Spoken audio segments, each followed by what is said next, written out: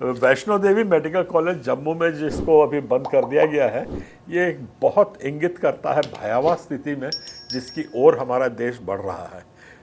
2-3 सवाल आते हैं, मैं सिर्फ शेयर कर रहा हूँ। ये मैं जानता हूँ कि उसका कुछ निष्कर्ष या समाधान तो निकलना नहीं है, पर अपनी समाज की तरफ से, अपनी तरफ से हम अपनी आवाज़ को ऑन रिकॉर्ड प्लेस करते हैं। दुख की बात यह है कि उस कॉलेज के बंद होने पे जश्न मनाया जा रहा है।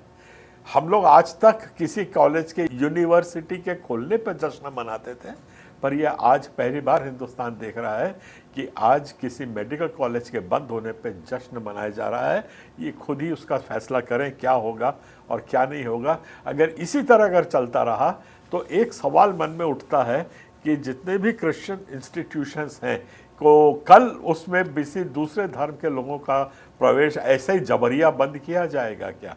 ये बता करके कि बेंच खराब है, ये बता देंगे कि सुविधाएं पूरी नहीं है, और इस तरीके से जो क्रिश्चियन स्कूल्स हैं उसमें खाली क्रिश्चियंस पढ़ेंगे। फिर क्या ये लकीर और आगे खींचेगी कि जहाँ पे ये बोला जाएगा कि जो आपके क्रिश्चियन हॉस्पिटल्स हैं उसमें क्रिश्चियन इलाज करे, जो मुस्लिम हॉस्पिटल है मुस्लिम इलाज करे, और जो फिर आम सोचने वाला नागरिक, आज कृपया सोचो कि हमारा देश किस ओर बढ़ रहा है। मैंने ये भी आज एक न्यूज़पेपर में पढ़ा है जिसमें एक स्वामी जी आह्वान कर रहे हैं कि हम लोगों को कथा वाचन में जाना चाहिए। एक तरफ हमारे स्वामी लोग बच्चों को कथा वाचन में भेजने का आग्रह कर रहे हैं और दूसरी जगह कॉलेज को बंद करने का ये जश्न मनाया जा रहा है। ये बहुत दुखद है। और एक चीज़ मैं ज़रूर उन शासकों को कहना चाहता हूँ कि कॉलेज को बंद करने का जो आदेश दिया है, अपने ज़मीर को थोड़ा झांक ले और ईमानदारी से बोले क्या यही कारण था कि वहाँ सुविधाओं की कमी थी? आप अपने ही बच्चों का भविष्य, बाकी देश का भविष्य सबको दांव पे लगा रहे हैं। हर चीज़ उन्माद के फैसले पे नहीं होती है और हर एक तरक्के की गिनती वोट की गिनती से नहीं होती है। मेरे भाइयों, इस बात को जान लेना और समय रहते इस किस्म की जो दुर्भावना परोसी जा रही है इसको रोकने के लिए सामने आए। मुझको देश की आज़ादी का समय याद आता है। जब हम आज़ाद हुए थे तो हमारे पास शैक्षणिक संस्थाएं नहीं थी।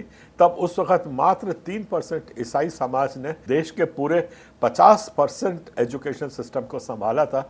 उस वक्त हमने कभी नहीं पूछा था कि तुम हिंदू हो कि मुसलमान हो कि यहाँ पे आप अन्य धर्म के हो कि दलित हो कि ब्राह्मण हो।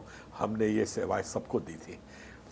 वैसे ही जब हम आज़ाद हुए थे तब उस बात को याद रख लीजिए, चिकित्सा सेवाएं देश के पास नहीं थी, लोग मरते थे, तब हमने किसी की जात नहीं पूछी थी सेवाएं देने के लिए।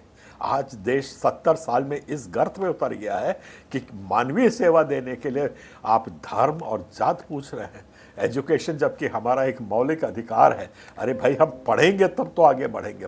देश आगे ऐसे ही बढ़ जाएगा क्या? अगर हम हर यूनिवर्सिटी और स्कूल को बंद करने का जश्न मनाते जाएंगे तो क्या हम आगे बढ़ेंगे? ये सोचनीय प्रश्न आप लोगों को देके जा रहा हूं।